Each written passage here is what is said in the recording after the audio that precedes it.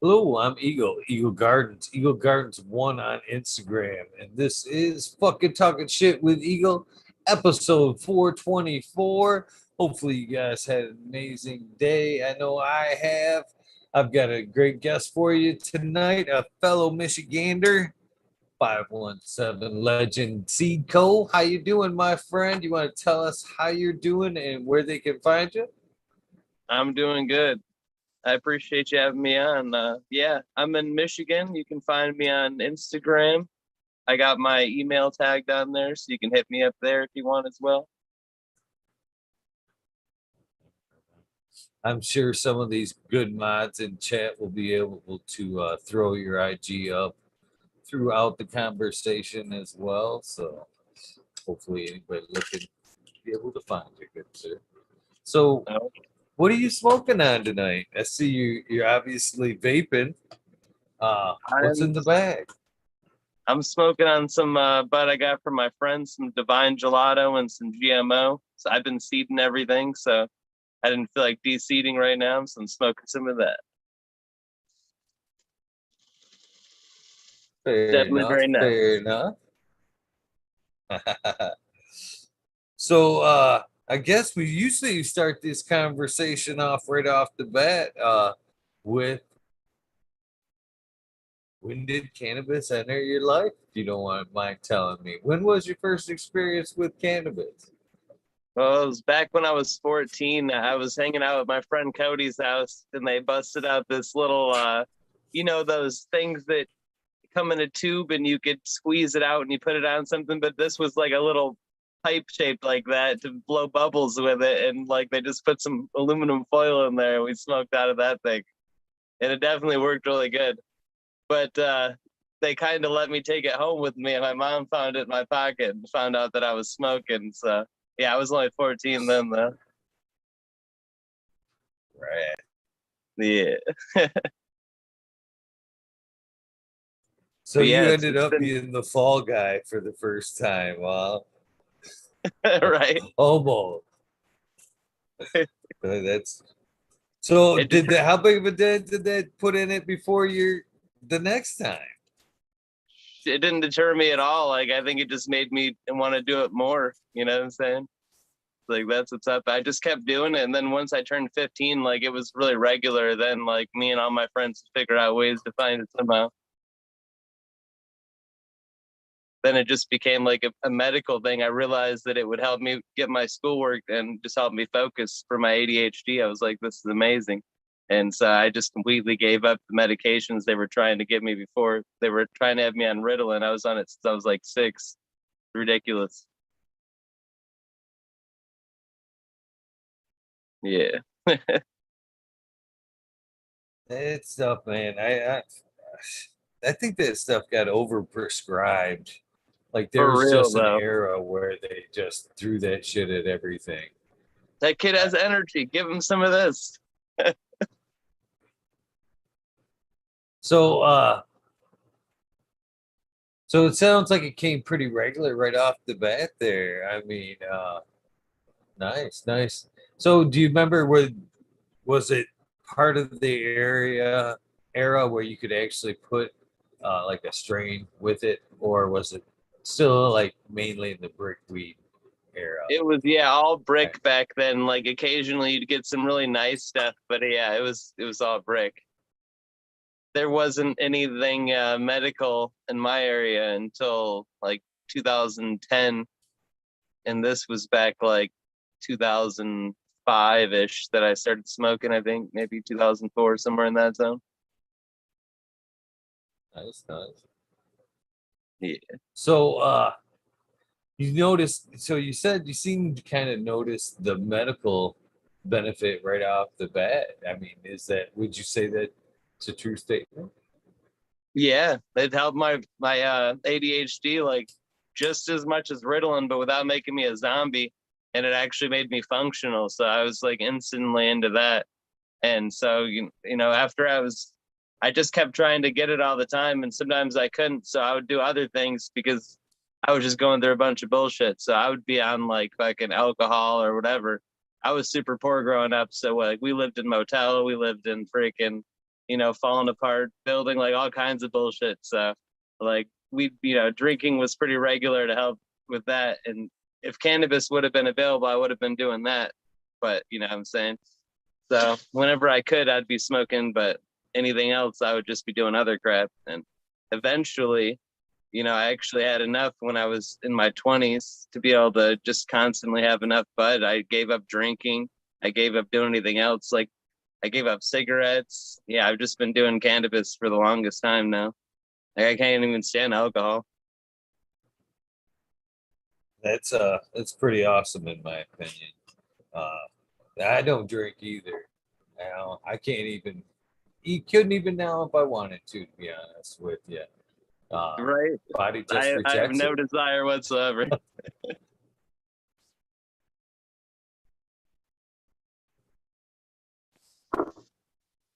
So, so when I believe it was like 2008 here in Michigan is when it became medical, or Yep. we had our first opportunities at medical. Uh, is that when you jumped on board with the medical aspect of it, or did you? I heard you No, I mention was I was still getting 2010. it. I was still getting it and self-medicating, but there was like nowhere around to really get your card at that point in time. So I just, did my thing and just kept self-medicating. And eventually in 2010, I was able to get my card because there was finally a doctor around, and then I've been growing ever since. Started breeding in 2011. So Yeah. I know I actually jumped the gun a little bit with the growing aspect of it, but so you took it up when you were legally able to there as patient slash caregiver here in Michigan. Yeah, I mean, I tried growing before that. I just never had like success. Like I would plant it outside here and there, and I just didn't know what I was doing. So I took a class after I got, I was able to get my card. I took a class to help me learn how to do anything. So I was able to be successful over at Hydro World. And yeah, shout out to Danny Trevino for that. And yeah, so that helped me get my start going back in 2010. Nice, nice. So, what were the first strains that you threw in the soil there? You want to tell us a little bit about that first grow? The first ones I ran were AK-47 and blue cheese. And they were clones that I got, I think, from Hydro World. But yeah, I had no idea what I was doing. So I took that class, and I can only absorb so much information. So I'm running the hydro farm, the 8 bucket system, and I had the general hydroponics 3 part nutrient line. And so, like I said, I had no idea what I was doing. So instead of using the pink bottle, which would be for flowering, I was still using the veg bottle throughout my veg cycle. And like 3 or so out of the 8 plants died, and the other ones got me like a quarter. I was like, yo, man, I got to change something up here. So then the next run, I ran one container with a bubble ponic system. My friend showed me a different way, and then the rest were all soil.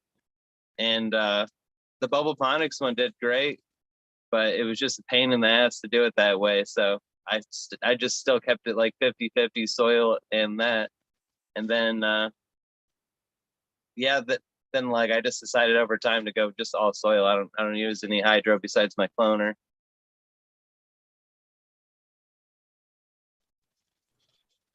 I don't blame you there. That fucking hydro can be a headache, man. Right? What made me quit the hydro is I fucking everyone was like RO water, RO water. I'm like, okay, I'll try it. So I switched all my stuff to RO like a dummy.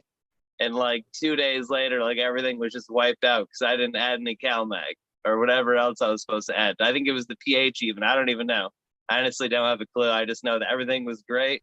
And then I switched to RO water, and then everything was wiped out. It was in hydro. And then I just quit with hydro after that. Like, yep, I'm good. I don't know. Again, I don't blame you. I don't blame you. Our weather here in Michigan's too unpredictable for me for hydro. It's hot. It's cold. It's hot. It's cold. Shit, it's summertime. It's summertime. It was 30, what, 37 here yesterday, last night, and 33 the night before. I mean, that how do you plan for that shit when you're trying to For keep real your though. water? I'm like, what are we in spring right now? What's up? So are you currently still in soil? Obviously Yeah, organic or yeah. bag. I run the ocean forest from Fox Farm. I've been running that since like 2011. I was running it side by side with a few other soils, and that just happened to have the best result. And I've just really liked it, so I've stayed with it. I've changed up my methods though. Like for the longest time, I didn't use any nutrients at all with it. I would just use that, and whenever the plant got a little nutrient deficient, I would just transplant it to a slightly bigger pot. Even in flower, I'd flip it halfway through flower from 10 to a 20 back then. Yeah, so it was ridiculousness. You get straight monsters though in a 20.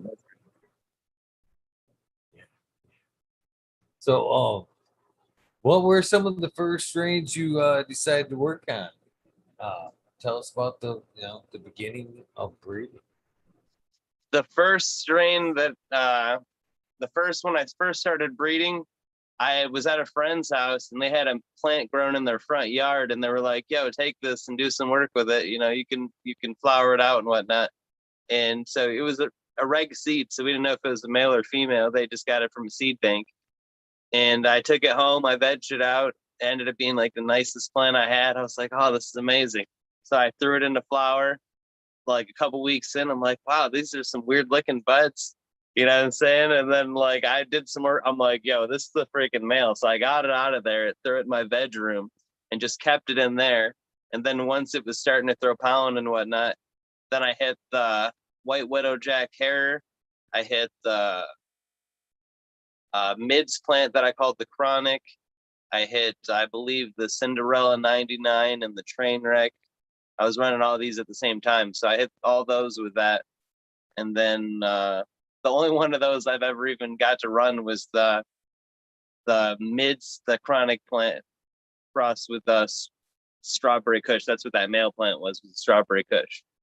So that's the only one of those I ever ran. And then I worked that and made my chronic funk that I only released to a few people. But yeah, I didn't do a lot of work with that line, but that was just my initial thing that I had bred.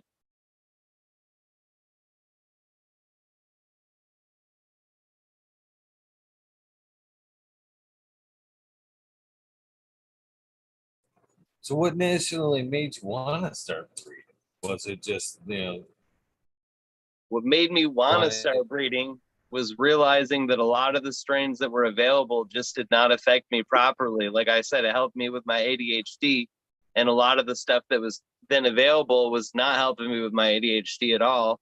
And I'm like, well, this is not good. So I had to do something to preserve it. And then my friend, he started running some mids plants and he got a male. And I'm like, yo, you got to let me get that pollen. And so I took that and I hit an OG Kush plant and I hit Snoop Dogg. I think it was called Death Star OG crossed with Chem Dog, if I'm not mistaken. It was bred by a friend.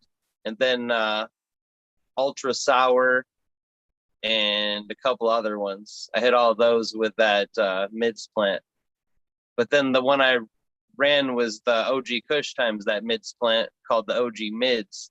And I took that and I hit that with kosher gorilla to make my kosher mids. Kosher gorilla is Gorilla Glue 4 S1 times kosher kush bred by my friend Juan. That made my kosher mids.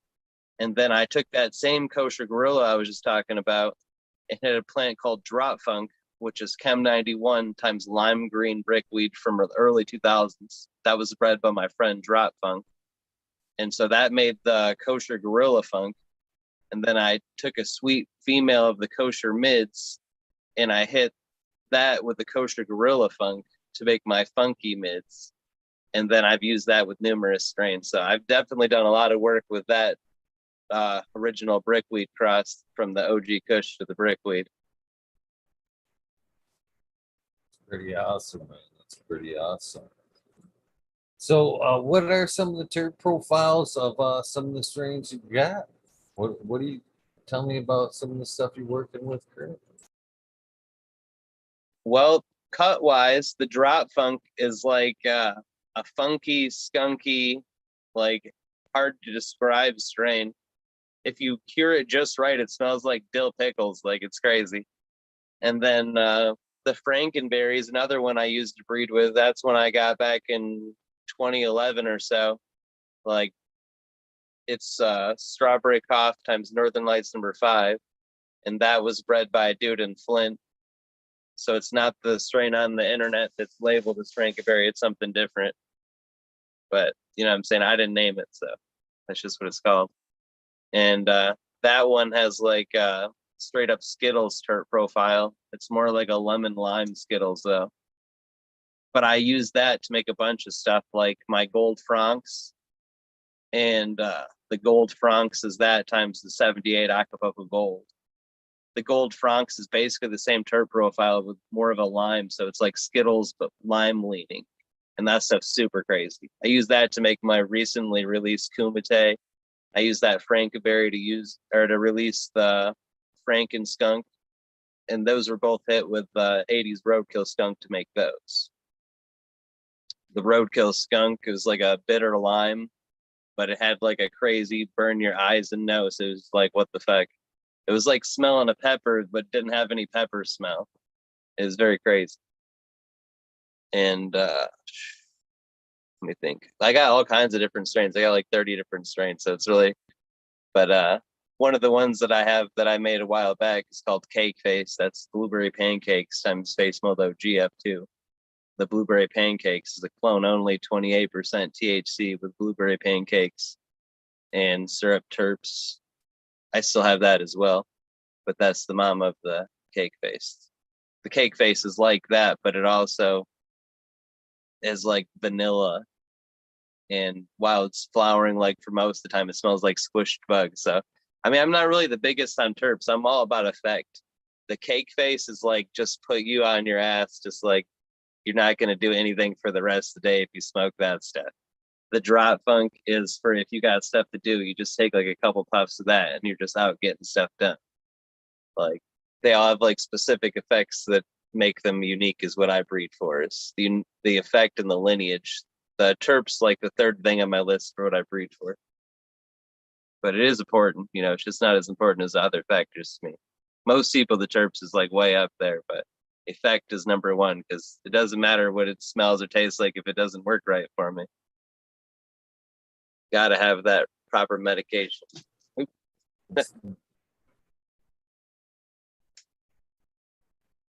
Nice, nice. I can appreciate that. I can appreciate that. So when you're looking to put it together a strain, that makes it a little tougher to put together, I would think. Most of the time, you know, you at least have the turd profiles, you know what I mean? I'm gonna mix this lemon with a little bit of this. You've kind Yeah, of got right. a little bit of something in your head, you want to go by. So how do you formulate a recipe uh, in your situation? Why, I mean, when you're putting something together, how do you, For what's your me, I process? use a lot of heirlooms and land races, which are highly inbred. So I know like exactly the type of traits that they're going to be packing it and if they're going to be dominant or not. Like I use the Matanuska Thunderfuck and I use that in a lot of stuff. And that's really dominant in the Skittles, eucalyptus type terps. And the effect is like really fucking strong on in your head type effect. And it seems to pass those very effectively. So I've used that in a lot of different things. And then I've used the Maui Wowie. That passes the lime diesel terps, and it also passes the like hardcore, just feeling it mental stuff too. Like I smoked the GMO times Maui Wowie, and literally 2 hits had me just stuck for like 15 minutes where I remembered I was even smoking to finish the bowl. And then it hit me for like 4 hours. So it's great stuff. But I use stuff like the So, GMO to add the extra THC so that I know that the THC content is staying high. So the effect that I am passing will be affecting you well, because I see the THC as the magnifying glass. So as long as you have the right effect, the THC will magnify it. So I try and pass the effect, but also stack the THC in certain ways to make sure that it stays high while keeping the effects in a certain way, and the terps. But like I said, the terps are less important to me than the effect. It's just more of like a byproduct. I just go for the effect, and then I know that the terps can be passed in some things, like the MTF and the Maui both pass the terps very effectively.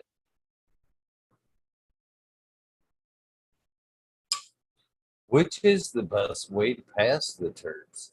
Is it better to, like, if you were looking to preserve? See, I'm not looking to start breeding. I have bred a few strains, but in this case, I'm trying to save a pine. You know what I mean? I want the pine to come through. So, do I want to try to take the male pine and smack it into the other strain, or do I want to take the female pine and then smack it with the other strain? If I have some kind of specific terp that I want to preserve, I'll try and hit it with something that's very non-inbred, is what I should say. Something that's multiple different strains crossed together so that none of them will have a dominant terp profile, so that this one over here will be more dominant when I hit it to this. And then I can back cross this to this, and all those other ones are going to stay more recessive because none of them are dominant based on you stacking it properly of multiple different types of terp profiles, so that they don't, you know what I'm saying? Because if you basically, when it comes to breeding, it's you stack certain traits, and the more it's stacked, the more dominant it becomes, regardless if it's a dominant or recessive trait in the first place. It becomes more dominant the more it's stacked in a genetic pool. So you want to have all these other terps be watered down so that none of those take dominance, so that when you hit it to your dominant plant that you want to have, that will maintain its dominance. I use stuff that's really inbred, so it's really easy for me. Like if I'm using the MTF and I cross it to something like that, the MTF's like 100% going to take over at least like 7 out of 10. You know what I'm saying? The MTF terps are very dominant. Even a couple lines down, still dominant. Like the propane, very MTF. The Mogilla Gorilla, very MTF. And those, the propane is Blissful Wizard times MTF crossed with GG4 crossed with MTF to Maui Wowie. And that's what makes the, fuck, I just forgot where I was even going because I mentioned all those crosses. Fuck. Oh yeah, the propane. Yeah. The propane's Blissful Thunder times Guild Gorilla, but that breaks down to Blissful Wizard times MTF crossed with GG4 MTF Maui Wowie. So MTF's in there twice, but it's also back 2 times before I cross it to make the propane. And it's basically just like MTF terp-wise. And Insane Frosty, just like MTF.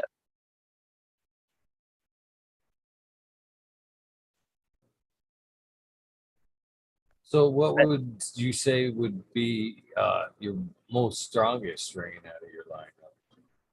That would definitely be the GMO Maui Wowie. Like I was saying, like I only took like 2 hits and that shit just had me gone.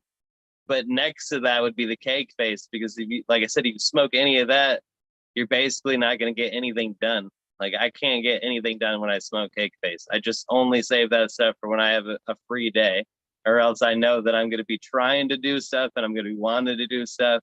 But it just makes my muscles like jello, straight up. Like literally can't do shit. Like I gained like 100 pounds. But that's not what I'm about. The strongest, other than that, other than those two, would be the drop funk. That stuff you only need like 2 or 3 hits and you're just feeling it hardcore. But it's not like a sedative on your ass like the cake face. It's definitely just really strong mentally, and you're feeling it. You can get stuff done without it causing any stress or thinking about it. You basically go on autopilot on the drop funk. You just focus and get stuff done. That's why it's been my favorite. I have a BX3 of that out, and I'm working on making a BX4 here in the next few months.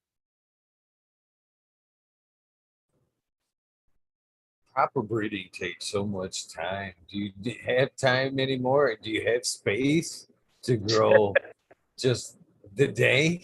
I mean, it's hard, when you're breeding like that to actually keep a little bit back for yourself that's seed free. Do you Yeah, still no are time, you no still able space. to For real do you though. alternate in runs? Do you alternate? Maybe a seed run, flower run, seed run, flower run, just keep yourself in some goods.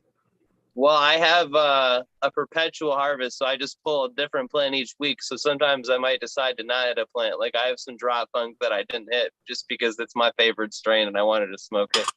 And I didn't feel like hitting it with the Acapulco Gold, which was available at the time when it was. I was just like, I already did that, you know what I'm saying? So I don't need to do it again. I'd rather just smoke the bud. So yeah, on occasion I do run a plant that I don't hit. But I have a friend that he's running a bunch of great stuff, so I can just grab stuff from him if I need it. So, and the seeded bud is super good. Like the fucking Frankenberry.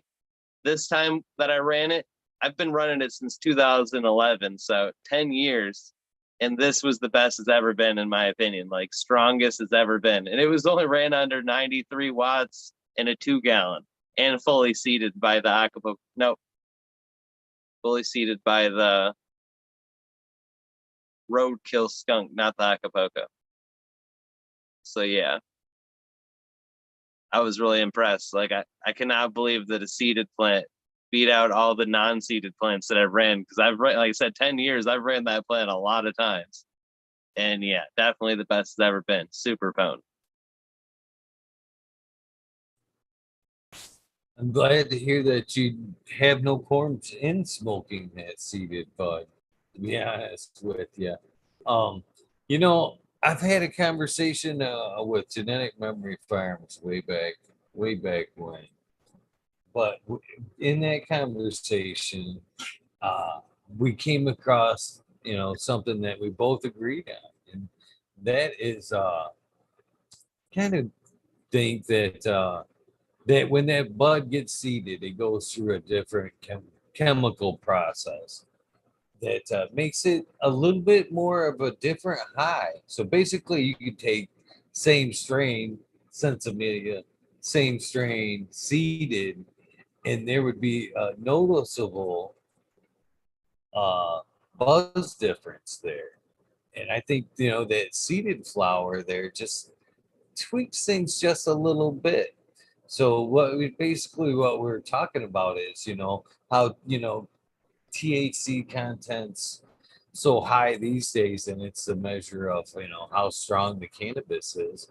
But the cannabis that we grew up in with back in the day, they telling us was only 3 to 4%, but we fucking knocked us out back then. The only difference that we could think of was the bud we were smoking back then was seeded, so low THC content, but high in something else, and we couldn't help but wonder if it was that high in something else was due to the seed content in it. So, It could any be thoughts that on that? the seeds, when the plant's seeded, it puts all of its energy into the seeds and the seed making. So it's possible that it could be creating some other kind of cannabinoid or something else in replace of the higher THC in order to protect the seeds better or do whatever. Or based because it's having less nutritional value because it's putting it all into seeds. There's definitely a lot of possibilities. I have noticed at least a few times that I've hit like different of the same. I've used the same cut, but I've used a different male plant, and the bud ends up being completely different smelling when it's done. But I mean, I've had plants do that without seeding them. It's just extremely different. You know what I'm saying? Like, wow, these are not even close to the same terp profile. So I don't know. There's a lot of stuff we don't know with cannabis that we're still studying though. Like So, do you have proprietary males? Do you keep? yeah, yeah, I have a bunch of different males that I have specially. Like I have my Wizard Funk males. I have some Drop Funk 5, BX2. I have BX1, 2, and 3 of the Drop Funk 5. What other males do I have? I have an 80s garlic bud that I've kept for like 4 years or so now. Um, I don't know. I have like a good. Oh, my Georgia Bush. I have that Georgia bush with the purple trichromes that's super frosty that I used in that collab with Bay Area and the upcoming collab with Seattle Chronic. I still have that male, and I have the female of it basically all the Georgia bushes got the pink and purple trichomes, but I have a nice female that has the pink and purple trichromes with skittle terps, and then I have that male plant. So I'm making some F2s of that soon. Let me think what other I can't think of what other males that I have, but I keep a good amount of males around. I did chop some out recently because I had them for a while and I didn't feel like I'd be using them anytime soon. It's like I just don't have any space. So, in your opinion, what's the best way to keep your males? Do you keep them more like a mother? You know what I Yeah, mean? I Just a keep them big in plant. You small just pots. I keep them like a mother, but in small pots with very little light. And then I just feed them lightly every time, and I top them and defoliate them frequently. You know, a lot of whatever I can to keep them shorter. If you feed them too much and you have more lighting, they're going to grow more rapidly because photosynthesis, and they're going to uptake more nutrients and going to get a lot more growth. So less light equals less growth equals easier to maintain.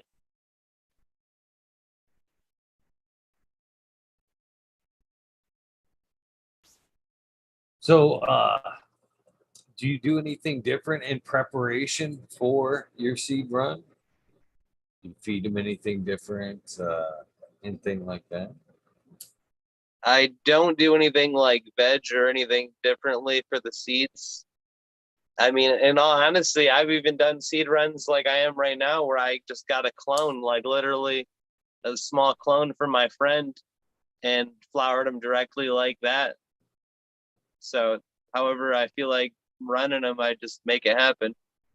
I do specific stuff to make it so that it's not cross contaminating, and so I'm only hitting certain stuff and those type of things. But other than that, I don't do any like special scrum regular. Any tips for helps on cross contamination? Yes, make sure you have good exhaust fans in the areas that you have your males, and that you keep them. They only need like a small distance from each other to be okay, but you got to have a good exhaust fan in your areas to prevent any pollen spread. And also, before you pollinate anything, you're going to want to shut off all of your fans. You're going to want to pre-mark the spots you're going to hit. You might even want to spray down certain plants that you want to make sure aren't getting hit if it's super important for you. And then after you make sure there's no fans anywhere that can pop on, that includes dehumidifiers, fans and lights, whatever. You can't have any kind of fan movement because that will make the pollen float around. And then you collect your branch off your male plant and you go and hit whatever you want to hit. Or if you are just trying to hit whole plants, you just shake your whole male so you get lots of pollen, lots of seeds. And I like to hit them between day 18 and 28 on the regular. Some plants you're going to want to hit a little later if they're really sativa because they might not be putting out many hairs by that point. You're going to judge it based on if there's a decent amount of hairs coming out or not, because each hair is going to make a seed if it's pollinated. And so if you don't have many hairs, you're not going to get many seeds if you pollinate it. And then it's also going to just start putting all of its effort into making those seeds. So it's not going to keep putting out as many hairs that would have. So there's lots of different variables that come into play.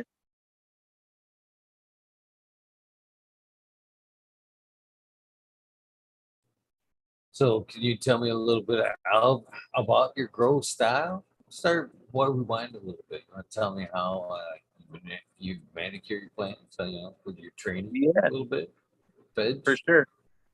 Yeah, I like to keep them as small as possible because I have so many plants. I have like not so many plants, but so much variety of plants. I got 30 different females or something like that, and around 10 to 15 males. So I got to keep them small. I have certain areas where I'll just keep them in solo cups for however long I need to. Just to do that, I just top them as necessary and keep them with a small amount of nutrients so they're always getting what they need, but they're not getting enough where they're wanting to grow rapidly. I give them low intensity lights. In the area where they're in solo cups, they just use some regular ceiling light bulbs, just some ceiling LEDs. And then for the rest of the room, I use outdoor floodlights. That does my whole veg room. And yeah, they love them. I just have different amounts of those based on the size of the plant in the area. And I just move the plants around the room. Like I said, I have a perpetual harvest, so I just move one plant out of there a week. So I just rotate them each week. I move a plant one more position forward, and then they'll get slightly more lighting each week they go forward. So that's that helps me keep them all the size that I want and helps them grow at the proper rate for my needs.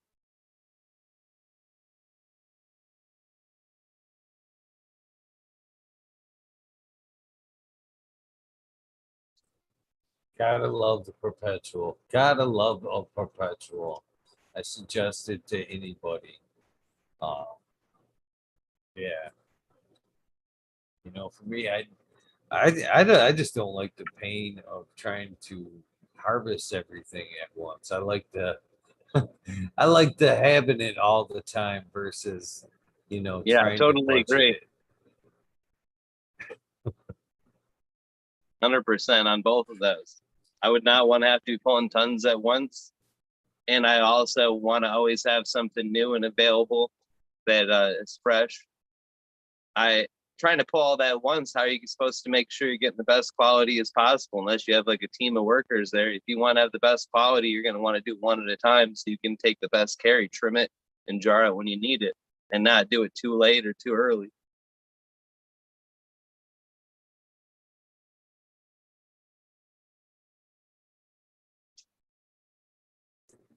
Well, again, in your instance, man, I couldn't imagine having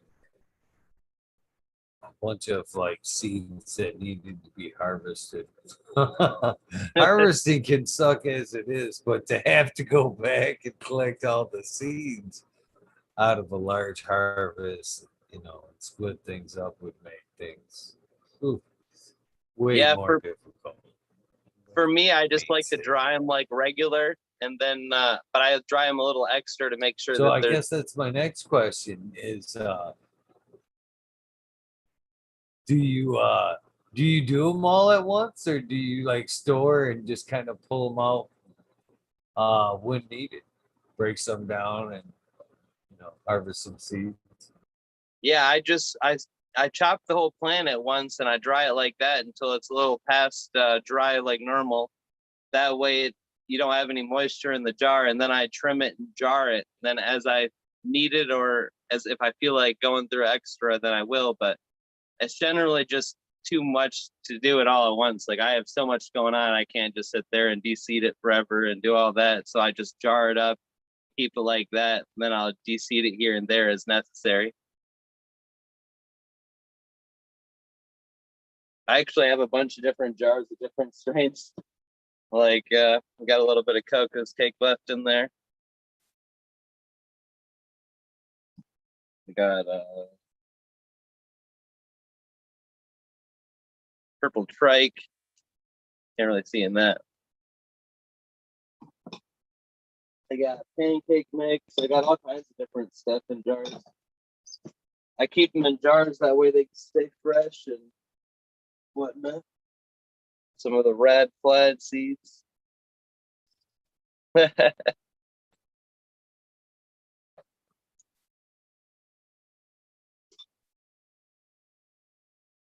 Some pooper scooper.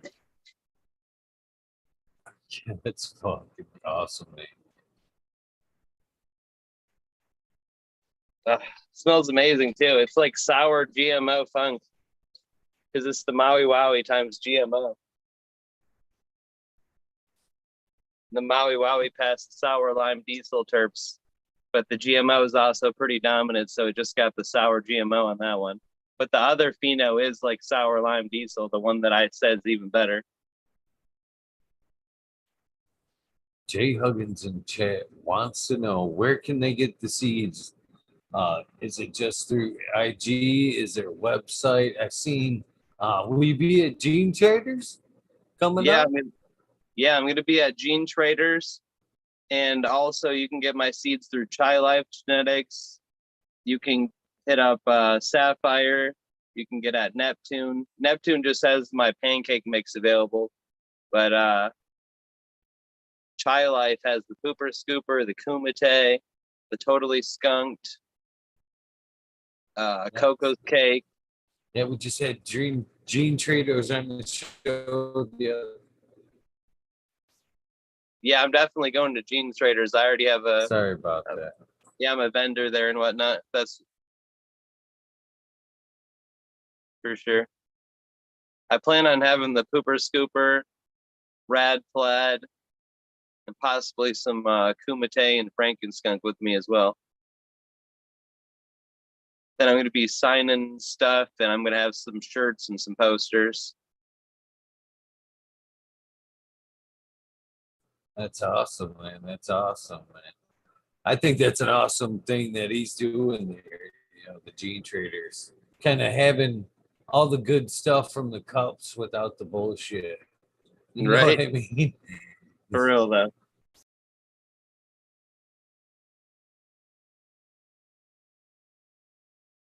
Well, I always thought it was fucking unfair there. How much, like, say, high times and shit like that gouged vendors for. And then, you had to try to fucking, bad enough, especially fucking, oh, especially for the breeders, seed makers, by the way. You know what I mean? It's different for some of the people that are just putting products out there, whatnot. But man, breeders, I've said this a lot of times, breeders got a lot of work in that shit, man. Yeah, all the time and proper working of the strains, which can be fucking sometimes years. Sometimes, you know what I mean? That you got so out of pocket all that time, nutrients, electricity, all that good shit. And then they're not always winners. You know what I mean? It's a lot of ups and downs. And then so you know what I mean? It's hard enough to put all that hard work together, make people want the strain. But then you have to go to a fucking high times event and pay pay out of all that money so you can try to, you know what I mean, make that money back. And that you don't make any money back until you paid off high times and all that. That ain't cheap. So and there's been a lot of times where I've seen them guys, other breeders and shit like that, go to these big events and just kind of pissed. You know what I mean? Walking away just barely made enough for booth and travel and to pay a few people and get your name out there, and that's the day. You know what I mean? That's kind of bullshit. Gene Right? Traders kind of cut a lot of that bullshit out for you guys. Like, yeah.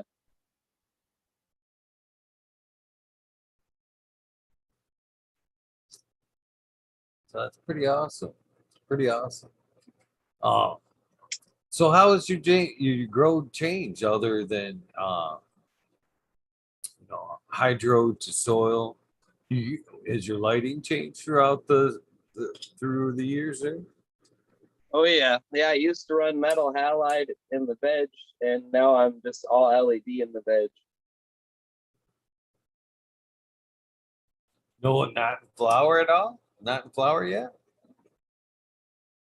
Um, no, I do some flowering in LED, just not very much.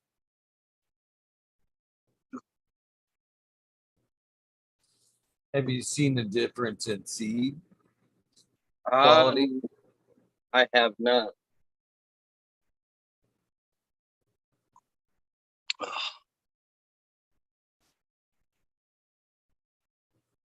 So, any tips on say drying seeds and all that good stuff, harvest and dry? I guess we kind of covered that a little bit, but there is a dry time, right, for seeds before you can really start passing them out.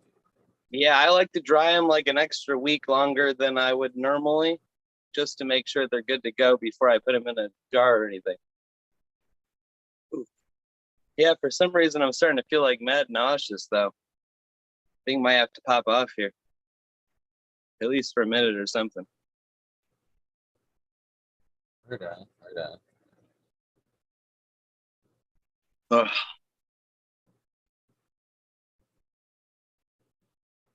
All right. I might be okay. I don't know. I was like, I felt like I might throw up or something. I don't know. I was having a headache most of the day, and then I felt like I was good to go, but I don't know. I'm feeling like weird. Might just be like anxiety or something. I get anxiety issues at times. Try and help with the cannabis.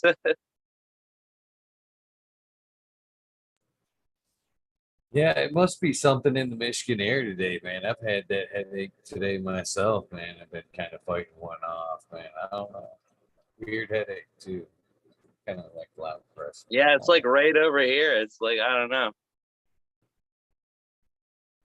I'm a bit of a conspiracy theorist, so Yeah, I feel you. I feel you. A lot of stuff sketches me out as well. I just keep up on researching stuff, so I know what's up. It's, I don't just be paranoid or anything. I just look into things.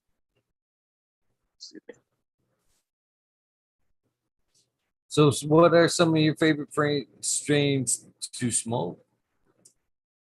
The drop funk, the cake face, the frankenberry, the Alaskan funk, the blissful thunder.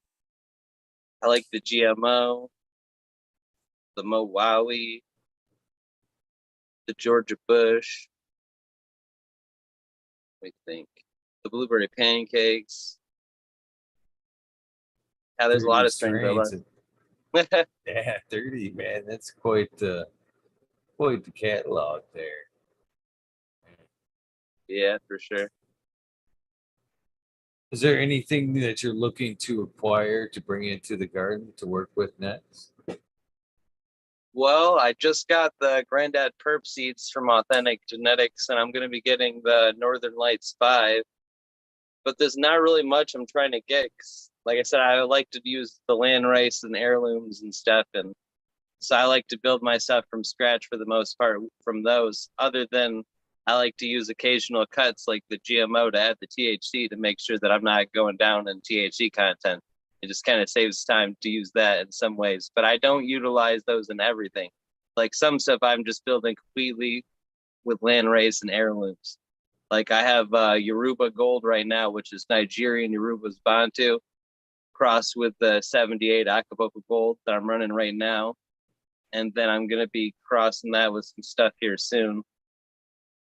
Let me think what all I'm even running with it. I can't remember what all I'm running with it, but I'm making F2s for sure. And I'm probably going to be hitting some other stuff like the Frankenberry and I have an Acapulco Gold female I might also hit with that just to make like a BX. But yeah.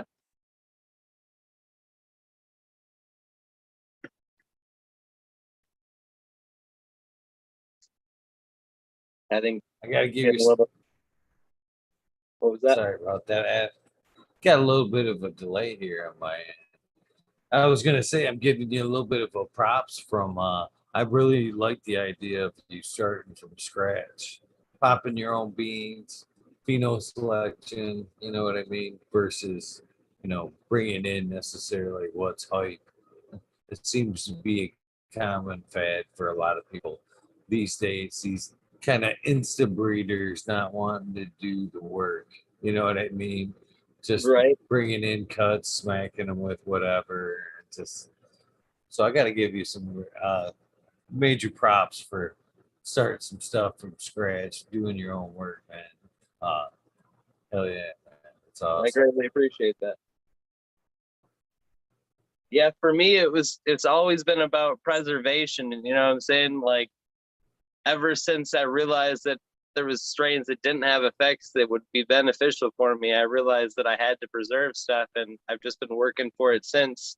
And that's actually how I got a lot of the old school heirlooms and land races because people seen they seen my passion for preservation, so they were willing to trade me stuff, things that I had bred for stuff like that, so I could use in my tools to breed new stuff that to help preserve those different things as well, and not just the brickweed, but the old school different strains. Like recently, I'm working on the Acapulco Gold regens right now, and I just finished up the Roadkill Skunk regens like a month ago or so. So working on preserving a lot of the old school genetics in pure form, and that's one of the reasons I'm also doing hybrids as a secondary way to preserve them. So that way I can work them around with different strains and then work them back together in order to maintain the terp profile and effect, but then gaining like more yield and more THC content and faster flower, all that modernized stuff that we've done over time, but making sure that I'm maintaining the specificness of the strain that I'm also trying to maintain. So I'm doing it in pure form and then also working on forms like that. So that's like mainly what I do, all about preservation. Well, looking down that Instagram of yours, man, a lot of these strains are fucking frosty as hell. That's for sure. Pretty, pretty good work, my friend. Good work. Well, thank you.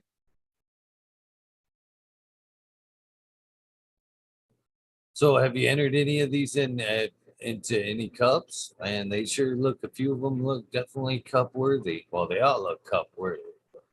You know what I'm saying? Have you entered it? I have not. I just stay super busy, basically. I can barely even keep up with stuff as it is. Like sometimes my plants are practically a little upset because I can't do it all. You know what I'm saying? I just run it all myself, and so gotta just like balance it. I'm still working on getting everything in the proper balance.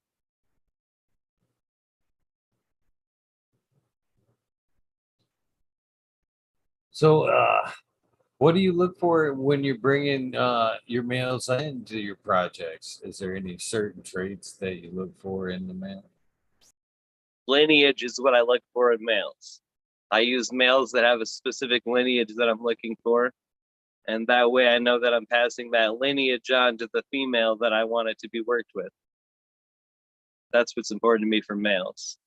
And basically, every male that I've ever ran was frosty. I feel like the reason people don't get frosty males is because they don't flower them long enough to mature properly. So then it's not going to get frosty because males may mature faster in the fact that they throw pollen quickly, but they mature much slower when it comes to frost content. So as long as the male is not a Hermy male and it's the proper lineage, then it's good to go.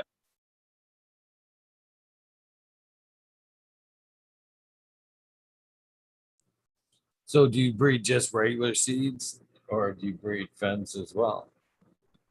Yeah, I only release regular seeds. I have made some femmes in the past for myself to work with, but yeah, I only release regulars. I do this because, like I said, it's all about preservation for me. So releasing regulars helps make it easier for people to preserve them. And so, other than just strictly for collecting, most people like to get my stuff so they can breed their own seeds.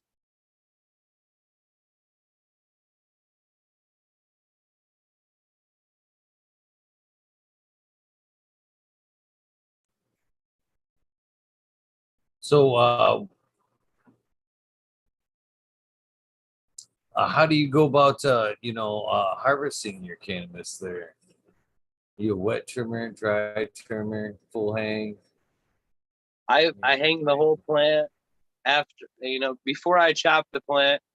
I always ask God to forgive me for chopping it down and help it be medicinally beneficial, to help the seeds be good to go. I like to get my plants blessed before I chop them. Then I chop and hang the whole plant. And then, like I said, for seeds, I like to let it go extra dry and then I trim it. When it's not seeded, I like to trim it when it's a good between dry and wet at a certain level. Like when I'm ready to jar it is when I like to trim it when it goes to not seeded. But seeded, you want it extra dry so you're not getting that moisture. Because if there's too much moisture, your seeds will start sprouting on their own before you even get to plant them in soil. And then you don't want to be getting rid of seeds that are already like that, so, unless they're for free.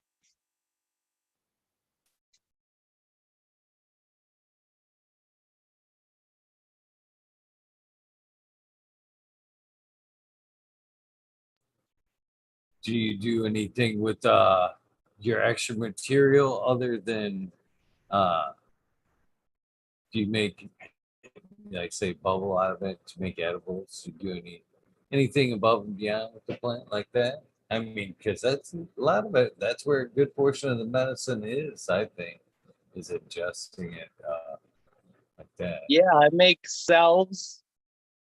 Uh, Man, I'm starting to feel nauseous again. I just like to make the coconut oil mix once, basically. That's my favorite way to go. Yeah, I think I'm gonna have to get off here. No worries, brother. We could do this again. Thank you. I respect you for toughing it out, man. I respect you for toughing it out and taking it this far. I appreciate you having me on. Well, if you tough it out for just a couple more seconds, I'd like to tell you that keep this Zoom number.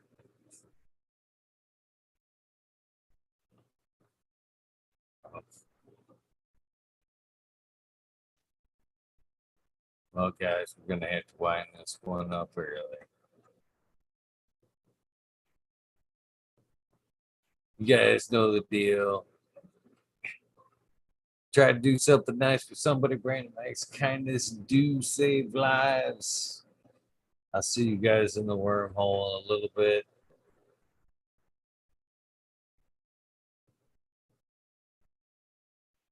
517 seeds.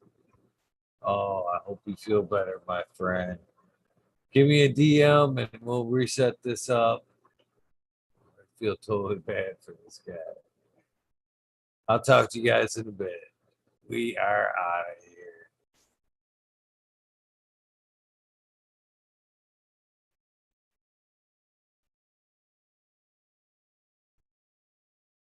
Oh, no. All right. Yeah. Give this poor guy a break. Pleasure meeting you, my friend. Please DM me if we do this again.